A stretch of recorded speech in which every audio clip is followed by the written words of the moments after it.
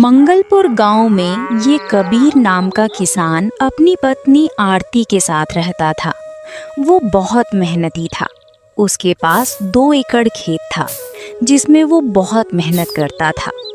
कबीर के खेत के बगल में रमेश का भी खेत था जो उसका बचपन का दोस्त था। दोनों साथ साथ खेत आते, काम करते और घर चले जाते।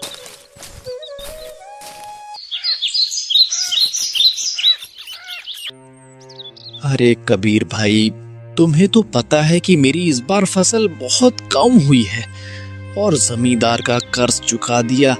इसी वजह से मेरे पास अब कुछ पैसा नहीं बचा है और तुम्हारी भाभी की तबीयत बहुत ज्यादा खराब हो गई है।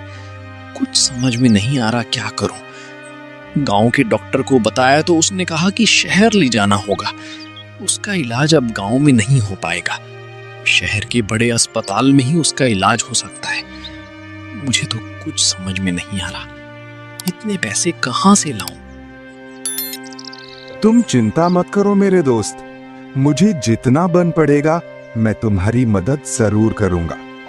वैसे जमींदार से मैंने भी कर्ज लिया है और मैं कल उन्हें वो कर्ज चुकाने ही वाला था, लेकिन मुझे लगता है उन पैसों की जरूरत तुम्हें ज्यादा है।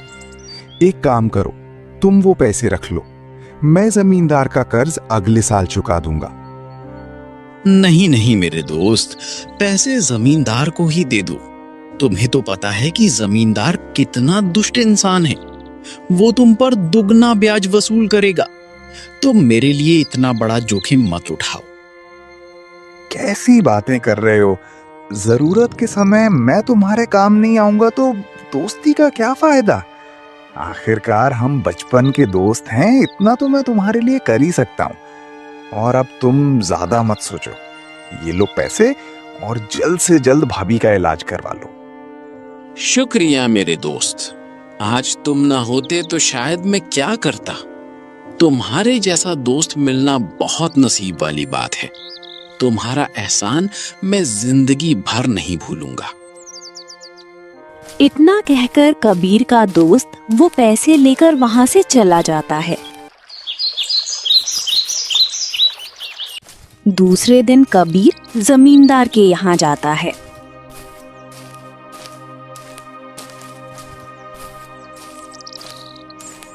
राम राम जमींदार जी। आओ आओ कबीर, ले आए तुम कर्ज की रकम? वो जमींदार जी, दरअसल इस बार मैं कर्ज नहीं लौटा पाऊंगा।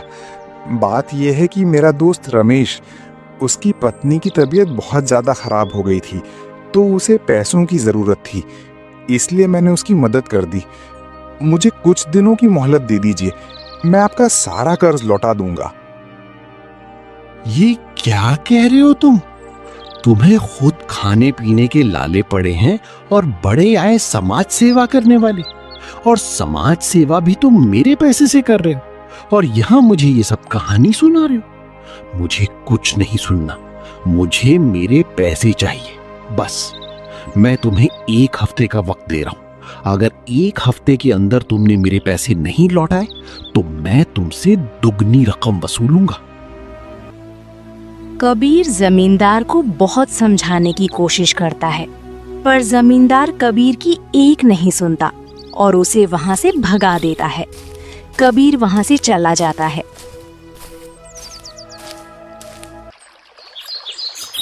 कुछ दिन ऐसे ही बीत जाते हैं और एक दिन कबीर की मुलाकात रमेश से होती है। अरे रमेश, तुम शहर से कब लौटे? भाभी का इलाज हो गया? अब उनकी तबीयत कैसी है? अरे कबीर, अभी मैं जरा जल्दी में हूं। तुम्हारी भाभी अब ठीक है, मैं तुमसे बाद में मिलता हूं। इतना कहकर रमेश वहां से जल्दबाजी में निकल जाता है। ये देखकर कबीर को थोड़ा अजीब सा लगता है, लेकिन वो कुछ समझ नहीं पाता और वो भी बिना बोले वहां से घर चला जाता है। अरे कुंती, तुम्हें पता है आज बीच रास्ते में मुझे कबीर मिल गया था और वो मुझे तुम्हारी तबीयत के बारे में पूछ रहा था। मैं किसी तरह से उसे जल्दबाजी का बहाना बनाकर वहां से निकल आया। आप कब तक उसे ऐसे छुपते रहोगे? एक ना एक दिन तो वो आपको पैसों के बारे में पूछ ही लेगा। आप एक काम कीजिए, इस बारे में जमींदार से बात कर लीजिए। आखिर ये सब कुछ जमींदार जी के कहने पर ही तो किया है। तुम ठीक कह रही हो, मैं अभी जमींदार से बात करके आता हूँ।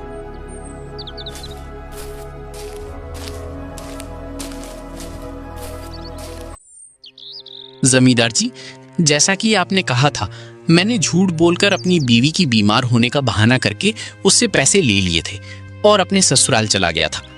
उसे लगा कि मैं अस्पताल में हूं और अपनी पत्नी का इलाज करवा रहा हूं। इसी तरह मैंने आपका काम कर दिया है। अब तो आप मेरे ब्याज के पैसे नहीं मांगेंगे ना? हाँ ठीक है, मैं तुम्हारे ब्याज के पैसे माफ करता हूँ। तुमने मेरा बहुत बड़ा काम किया है। पर मैं कबीर को ज्यादा देर तक नहीं संभाल पाऊंगा। आपको जो भी करना है जल्द से जल्द कीजिए। तुम फिक्र मत करो, मैंने उसे 1 हफ्ते का वक्त दिया था। उसमें से 5 दिन तो गुजर चुके हैं, 2 ही दिन बचे हैं और 2 दिन में वो खाक पैसों का इंतजाम करेगा। उसे मजबूरन अपनी जमीन मुझे देनी ही पड़ेगी। फिर 2 दिन बाद कबीर रमेश के घर जाता है। अरे रमेश, बाहर आओ, तुमसे बहुत जरूरी बात करनी है।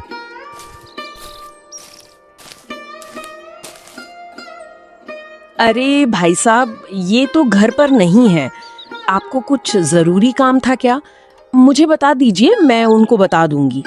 दरअसल वो शहर गए हुए हैं और 2 दिन बाद ही लौटेंगे। ये सुनकर कबीर बहुत निराश हो जाता है और घर की ओर लौट जाता है। अजी, सुनते हो? बाहर निकल जाइए, वो चला गया है।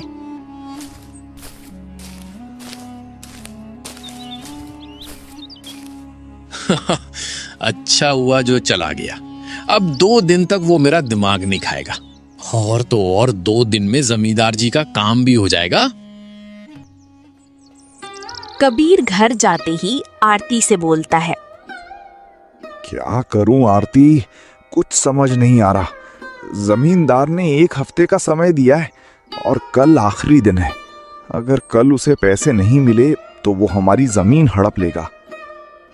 ये सब आपकी ही गलती है। देख लिया आपने किसी की मदद करने का नतीजा। आपने उसकी मदद की और बदले में हमें क्या मिल रहा है? आज हम उसकी वजह से इतनी मुसीबत में हैं। अगर उस दिन आपने उसकी मदद नहीं की होती तो हम जमींदार का कर्ज कब का चुका चुके होते। हमें ये दिन देखने की नौबत ही नहीं आती। जब से रमेश शहर से लौटा है, उसने एक बार भी आपसे बात करना जरूरी नहीं समझा। अगर उसे थोड़ा भी इस बात का एहसास होता तो वो आपसे बात करने जरूर आता। लेकिन जब से वो लौटा है, वो जानबूझकर आपको नजरअंदाज कर रहा है। मुझे तो लगता है वो हमारे पैसे लौटाना ही नहीं चाहता, इसीलिए जानबूझकर अब फिर से शहर भाग गया। नहीं आरती, मुझे नहीं लगता कि वो जानबूझकर ऐसा कर रहा होगा। मैं उसे अच्छी तरह जानता हूँ। वो मेरा बचपन का दोस्त है। वो ऐसा कुछ नहीं करेगा। तुम देख लेना, वो बहुत जल्द हमारे पैसे लौटा देगा। आपको क्या लगता है सब आपकी तरह होते हैं? आप लोगों को नहीं जानते। सब लोग मतलबी होते हैं, अपना मतलब निकाल लेते हैं और फिर पहचानते तक नहीं।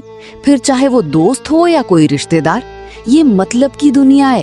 यहाँ सब अपने काम से मतलब रखते हैं, फिर कोई किसी को नहीं पूछता। लेकिन अब हम क्या करेंगे? जमींदार को कैसे संभालेंगे?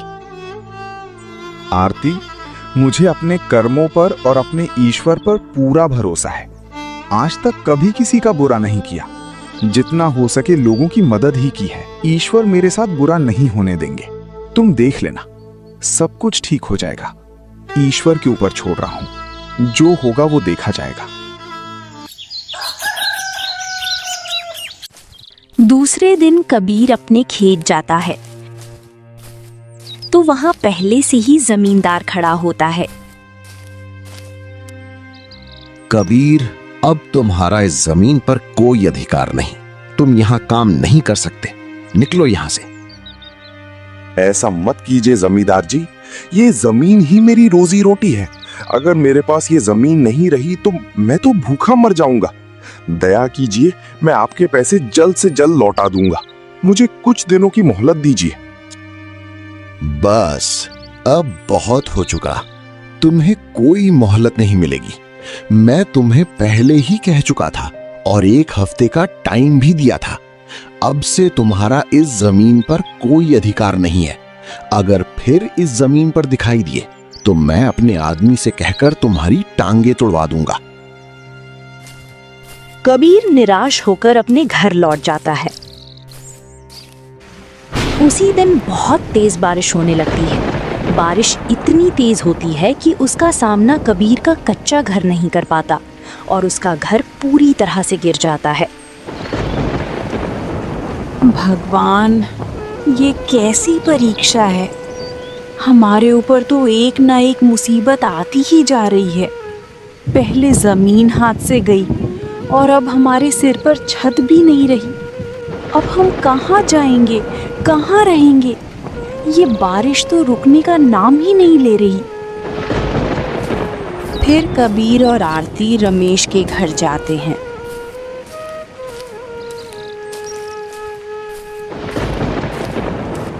और उससे मदद मांगते हैं।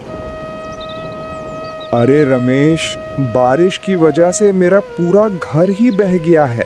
अब मेरे पास रहने के लिए कोई और जगह नहीं है।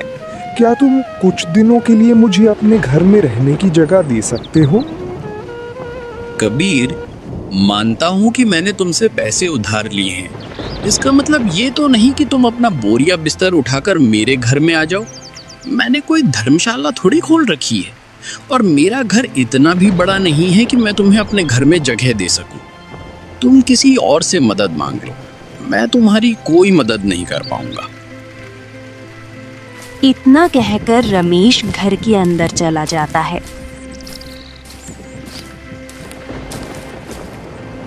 इसी तरह कबीर पूरे गांव में मदद मांगता है, पर कोई कबीर की मदद नहीं करता।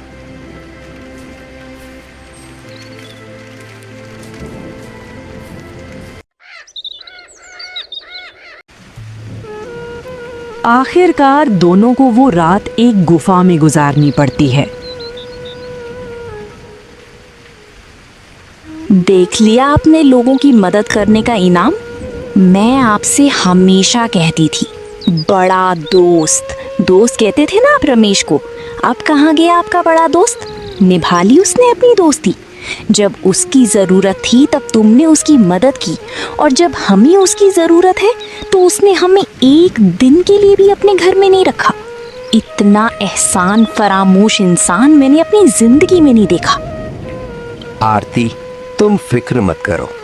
मुझे अपने भगवान पर बहुत भरोसा है और जो हो रहा है अच्छा ही हो रहा है। अगर ये समय नहीं आता तो मैं रमेश की असलियत कभी पहचान ही नहीं पाता। अच्छा हुआ कि भगवान ने मुझ पर ये समय लाया।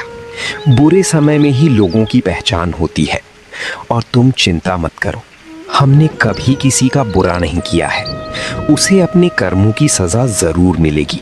बस तुम भगवान पर भरोसा रखो। आरती, वो सब छोड़ो। अब हमें ये रात तो इसी गुफा में गुजारनी पड़ेगी और मुझे तो भूख भी लगी है। क्या तुम कुछ सामान घर से उठा लाई हो जिसे पकाकर हम खा सकें? हाँ, मैं थोड़े से चावल साथ में बांध लाई हूँ। हम उन्हें पकाकर खा सकते हैं।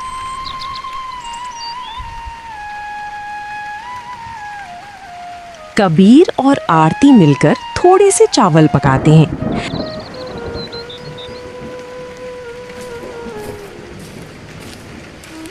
तभी अचानक गुफा के बाहर एक साधु बाबा खड़े होते हैं। तुम दोनों इस गुफा में क्या कर रहे हो?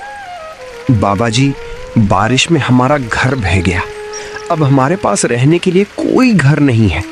हमने पूरे गांव में बहुत जगह बहुत लोगों से मदद मांगी, पर किसी ने हमारी मदद नहीं की। इसी वजह से हमें इस गुफा में रहना पड़ रहा है। कोई बात नहीं बेटा, ये बुरा समय भी टल जाएगा।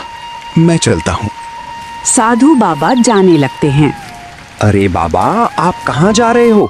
इतनी बारिश में आप कहाँ जाओगे? एक काम कीजिए, बारिश रुकने तक यहीं हमारे साथ गुफा में ठहर जाइए। जैसे ही बारिश रुकेगी आप चले जाइएगा। और हमने थोड़े से चावल पकाए हैं, आपको भी भूख लगी होगी, आप भी हमारे साथ बैठकर थोड़ा चावल खा लीजिए। बेटा मैं अब चलता हूँ और खाने के लिए तुम्हारा शुक्रिया। बेटा मेरा एक छोटा सा काम है, मैं पास के गांव में जा रहा हूँ और मेरे पास थोड़ा सा सामान है, उसका थोड़ा वजन ज्यादा हो गया है, तो मैं चाहता हूँ कि वो सामान तुम अपने पास रख लो, मैं वापस लौटते समय ले जाऊंगा। तुम मुझे ईमानदार और भरोसेमंद इंसान लगते हो। मैं कल शाम तक लौट आऊंगा, बस कल शाम तक मेरी अमानत का ख्याल रख लेना। ठीक है बाबा, आप बेफिक्र जाइए, मैं आपकी अमानत का ख्याल रखूंगा। पर बेटा याद रहे, सामान थोड़ा कीमती है। हाँ बाबा, ध्यान रखूंगा, आप निश्चिंत होकर जाइए। इतना कहकर साधु बाबा पोटलियां रखकर वहां से चले जाते हैं। दूसरे दिन सुबह कबीर उठकर इस गुफा के बगल में एक छोटी सी झोपड़ी बना लेता है और वहां रहने लगता है। ठंड और तेज बारिश की वजह से आरती की तबीयत खराब हो जाती है।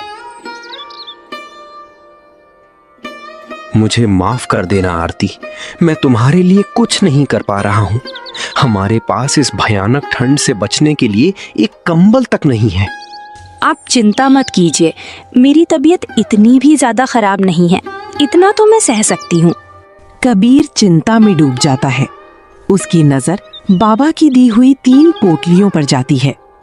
हे भगवान, मेरी तो कुछ समझ में नहीं आ रहा, मैं क्या करूं? अगर इसी तरह आरती की तबीयत और बिगड़ गई तो मैं क्या करूंगा? बाबा ने तो कहा था कि इसमें बहुत कीमती चीजें हैं। क्या करूं? इन पोटलियों को खोलकर देख लूं। जरूर इन पोटलियों में कोई कीमती चीज होगी जिन्हें बेचकर मैं अपना गुजारा कर सकता हूं। पता नहीं बाबा फिर से लौटेंगे या नहीं। नहीं, ये मैं क्या सोच रहा हूं, ये गलत है, मैं ऐसा नहीं कर सकता, ये तो सरासर धोखा होगा। नहीं, बाबा जी ने मुझ पर भरोसा करके ये कीमती सामान यहाँ रखा था, मैं उन बाबा जी को धोखा नहीं दे सकता। चाहे कुछ भी हो जाए, मैं इन पोटलियों को नहीं खोलूंगा। ये उनकी अमानत है और इस पर मेरा कोई अधिकार नहीं है। लेकिन अब मैं क्या करूं? आरती को बहुत भूख लगी है और उसकी तबीयत भी खराब है। ऐसे तो बेचारी भूख से ही मर जाएगी। मैं एक काम करता हूं, जमींदार के पास जाकर खाने के लिए कुछ मांग कर लाता हूं।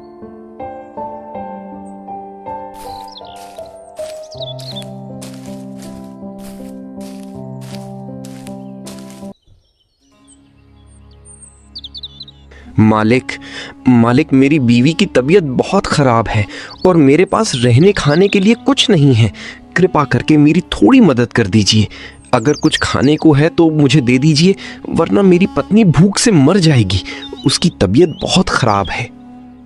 मैंने क्या कोई लंगर लगा के रखा है जो तुम यहाँ आकर मुझसे खाना मांग रहे हो? मेरे पास कुछ नहीं है, निकलो यहाँ से। मदद कर दीजिए मालिक, थोड़ा सा खाना दे दीजिए।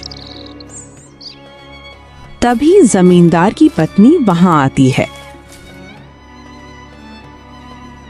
सुनिए जी, थोड़ा खाना बचा है जो कि मैं अभी कुत्ते को डालने ही वाली थी, क्या मैं वो खाना इस कबीर को दे दूं? जमींदार की पत्नी वो बचा हुआ खाना कबीर को दे देती है। वो खाना लेकर कबीर आरती के पास आ जाता है। दोनों मिलकर वही बचा हुआ खाना खा लेते हैं और वो रात ऐसे ही काट लेते हैं।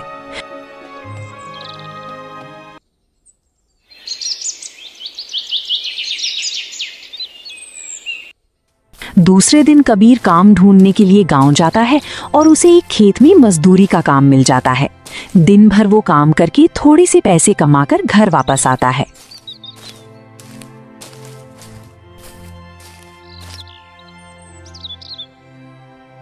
आरती, मैं थोड़ा खाने का सामान लेकर आया हूँ, पर एक कंबल भी लेकर आया हूँ। तुम फिक्र मत करो, थोड़े दिन में सब ठीक हो जाएगा। तभी अचानक कबीर की झोपड़ी के सामने वही बाबा आकर खड़े होते हैं। अरे बेटा। अरे बाबा, आपने तो कहा था कि दूसरे ही दिन आ जाऊंगा, आपको आने में देरी हो गई। हाँ बेटा, आने में थोड़ा विलंब हो गया, थोड़ी काम में कहीं फंस गया था। तब कबीर बाबा को सारी बातें बताता है। अरे बेटा, तुम पर इतनी सारी मुसीबतें आई।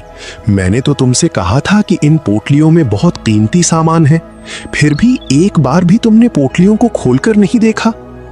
नहीं बाबा, उसमें चाहे कितनी भी कीमती चीज क्यों ना हो, पर उस पर मेरा अधिकार नहीं है। वो आपकी हैं और आपने मुझ पर भरोसा करके उसे यहाँ छोड़कर गए थे, तो ऐसे कैसे मैं उन्हें खोलकर देख सकता हूँ? वो तो आपकी अमानत है ना। बेटा, मैं तुम्हारी ईमानदारी से बहुत खुश हूँ। तुम्हारी जगह कोई और होता तो वो जरूर इन पोटलियों को खोल देता और शायद उन्हें लेकर कहीं भाग भी जाता, पर तुमने ऐसा कुछ भी नहीं किया। तुम्हारे साथ इतना सब कुछ बुरा होने के बावजूद भी तुम्हारा मन नहीं बिगड़ा। मैं चाहता हूं कि ये पोटलियां अब तुम रख लो। नहीं बाबा, मैं ये पोटलियां नहीं रख सकता। मुझे ईश्वर पर पूरा भरोसा है। आज न कल मेरा बुरा समय टल ही जाएगा। ये आपकी पोटलियां हैं और आप इन्हें अपने साथ ले जाइए। आपको जरूरत के समय इनकी जरूरत पड़ेगी। नहीं बेटा, मुझे इन पोटलियों की अब कोई आवश्यकता नहीं है, और इन पोटलियों की आवश्यकता मुझसे ज्यादा तुम्हें है। बस तुम ऐसा समझो कि ये ईश्वर ने ही मुझे यहाँ भेजा है और ये तुम्हारे कर्मों का फल है, तुम्हारी ईमानदारी का इनाम है। यही समझकर तुम ये पोटलियां रख लो। ये तुम्हारे लिए ईश्वर की देन है, इसे मना मत करो।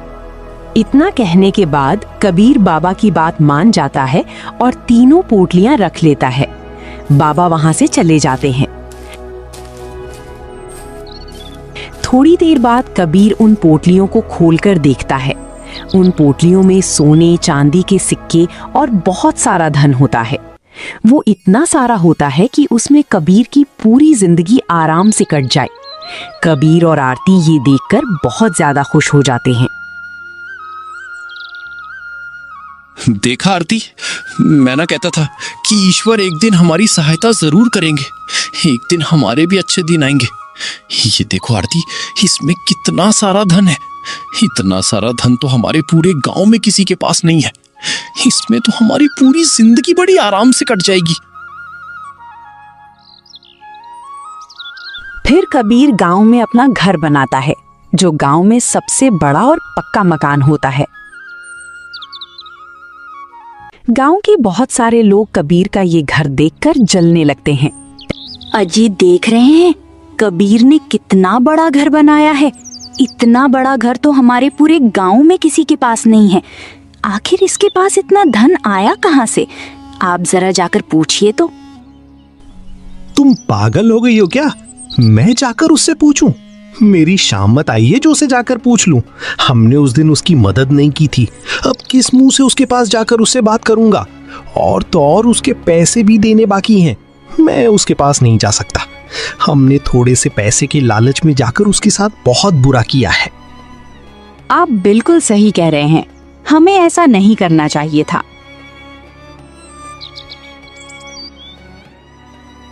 एक दिन बहुत ज्यादा और तेज बारिश हुई। आंधी तूफान आता है। बारिश इतनी तेज होती है कि गांव में बाढ़ आ जाती है और उस बाढ़ में गांव के बहुत सारे लोगों के घर बह जाते हैं। उसमें जमींदार का भी घर होता है और रमेश का भी घर बह जाता है। वे सारे लोग रास्ते पर आ जाते हैं, लेकिन गांव में सिर्फ एक आदमी का घर बचा होता है और वो कबीर का होता है।